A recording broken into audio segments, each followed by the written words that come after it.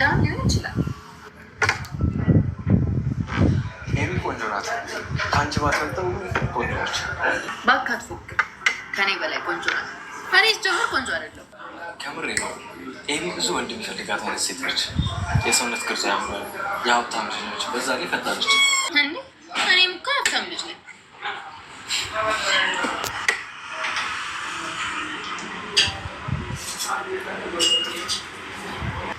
ወሰድኩብሽ።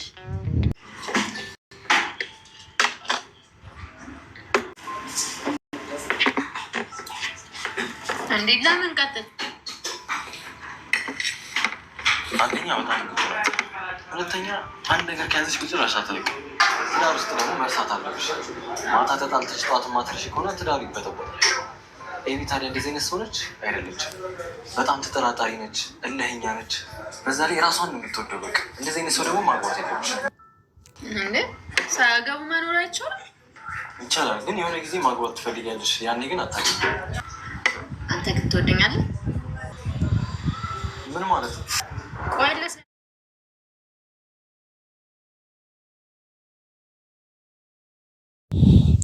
ናታንና ዳጣ ምርጥ የፍቅር ጊዜ አሳለፉ። እንግዲህ ከብዙ ጊዜ በኋላ ዳጣ ናታን ጋር በሚገርም ሁኔታ ደስ የሚል የምሳ ግብዣ አካሂደዋል። ቤተሰቦቻችን እንግዲህ ናታን እንደሚታወቀው ለዳጣ ልዩ ፍቅር ቢኖረውም ዳጣ ደግሞ በምታየው በተለይ በአቢጌል እና በራሷን በአንዳንድ ምክንያቶች ከናታን ጋር ላለመታየት ወይም ደግሞ ናታን የሚጠይቃትን ጥያቄዎች ባለመመለስ ብዙ ጊዜዎቿን እንትን ብላለች።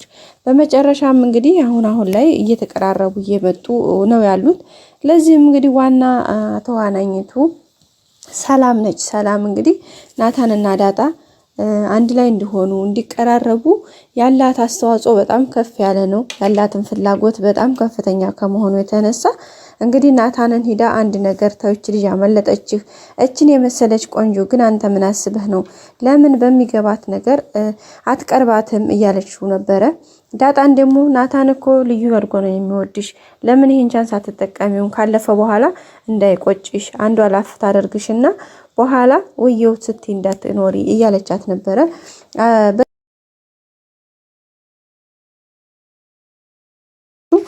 የወሰነችው ስላችሁ ማለት ለናታን ምንም አይነት ፍላጎት እንዳይኖራት በራሷ መንገድ ነበር የዘጋችው ቤተሰቦቻችን። ምክንያቱ ደግሞ አንደኛ የመጀመሪያው ዋናው አቢጌል ለሷ ያላትን አመለካከት ወይም ደግሞ በናታን ጉዳይ ያላት አመለካከት በጣም ከፍተኛና በጣም ከባድ አደጋ ስለሆነ ከሱ ነገር ለመሸሽ ስትል ነገሮችን መራቅ ፈልጋለች። በሁለተኛ ደረጃ ደግሞ ሁለተኛው ከሷ መራቅን ማለት ከናታን መራቅን የሻችበት አሁን ላይ ጊዜ አይደለም ብላ ስለምታስብ ነው። ጊዜው አይደለም ያ ማለት እኔ አሁን የሚያስፈልገኝ ሌላ ነው ብላ ስለምታስብ ከዛም የመጀመሪያው እንግዲህ የቤተሰቦቿን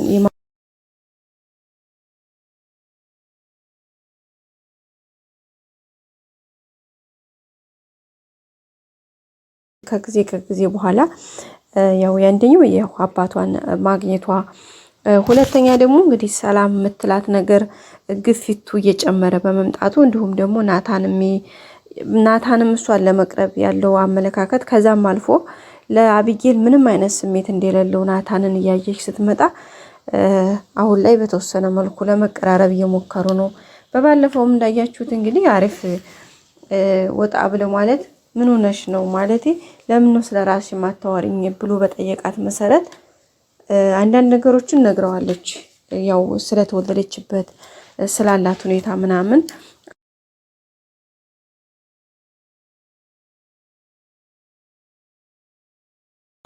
ያው እሱ ደግሞ ይዞ ሄዶ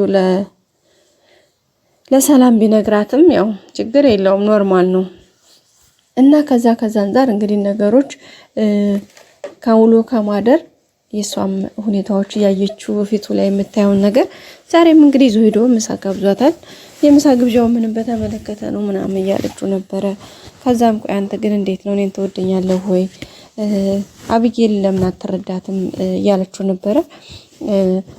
ታይ አቢጌል ለኔ በፍጹም ልትሆን አትችልም። ምክንያቱም ደግሞ አንድ ወንድ ልጅ ለሚስትነት የሚፈልጋት ሴት በእንደዚህ ሁኔታ አይደለም።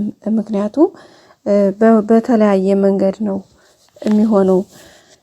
አቢጌል ሚስት ለኔ የማትሆንበት የመጀመሪያው አስተሳሰቧ ነው ያላት አመለካከቷ በጣም ከባድ ስለሆነ፣ ሁለተኛ የያዘችውን ነገር አትለቅም፣ ሶስተኛ እራስ ወዳድ ነች። እንደምታያት ናት ደግሞ ባህሪዋ። ስለዚህ ይህን አይነት ባህሪ ይዛ ትዳር መያዝ በጣም ከባድ ነው። ምክንያቱም ዋጋ ያስከፍላል። በትዳር ውስጥ ማታ ተነጋግረሽ ጧት ላይ መርሳት ከሌለ ምንም ይሄ ትዳር ሳይሆን ቢሆን የሚችለው ይሄ ስብሰባ አዳራሽም ከባድ ነው። ስለዚህ ትዳር ማለት የትናንትናውን ረስተሽ ሌላ ዛሬ አዲስ መሆን አለበት። ስለዚህ በዛ መንገድ ሲሆን ነው እንግዲህ ትዳር መሆን ያለበት። ስለዚህ ከዛ አንፃር እኔና አቢጌል በፍጹም ልንኳኋን አንችልም። እወድሃለሁ ትላለች፣ ግን እሷ ትወድሃለች ብላው ነበርና እወድሃለሁ ትላለች፣ ግን ውሸቷን ነው፣ አትወደኝም። ምክንያቱ ደግሞ የሚወድ ሰው ለሚወደው ሰው እንደዛ አይነት አክት አይደለም የሚያሳየው። የእሷ መውደድ ሳይሆን እልክና ደራ ነው የያዛት። ስለዚህ እልክ ደግሞ ትዳር አይሆንም ብሎ እያላት ነበረ። እንግዲህ ዳጣ በመጨረሻም እንግዲህ ቆይ እሺ አንድ ጥያቄ አንተ እኔን ቆይ ትወድኛለህ አፍቅረኸኛል እያለችው ነበርና ኧረ ወይኔ አንቺስ አይነውና አይን አውጣነትሽ ይለያል እኮ ኧረ ተይ በእናትሽ እያለ እንግዲህ እሱ እየተሽኮረመመ ነበረና እንዴ ከወደድከኝ ወድጄሻለሁ በል ካልሆነ ደግሞ እንግዲህ ማለት ያለብህን በል እንጂ ታዲያ ምንድነው ያቅለሰልሳል እያለችው ነበረ። እንግዲህ ናታንም እንግዲህ ሳቅ ብሎ ሲቀጥል ደግሞ ለሰላም ምንድነው ያልካት ያወራሃት የነበረው ሰላም ያለችኝ እውነት ነው እያለ